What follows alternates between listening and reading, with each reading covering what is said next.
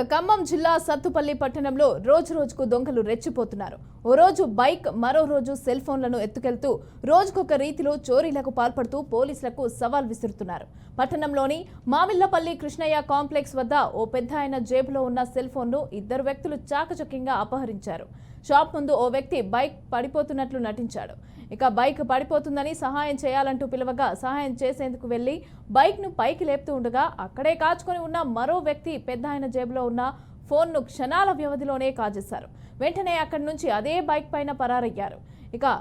అయితే ఫోన్ పోయిన విషయాన్ని కాసేపటి తర్వాత గుర్తించిన పెద్దాయన పోలీసులకు ఫిర్యాదు చేశాడు. సీసీటీవీ ఆధారంగా పోలీసులు గాలింపు చర్యలు చేపట్టారు.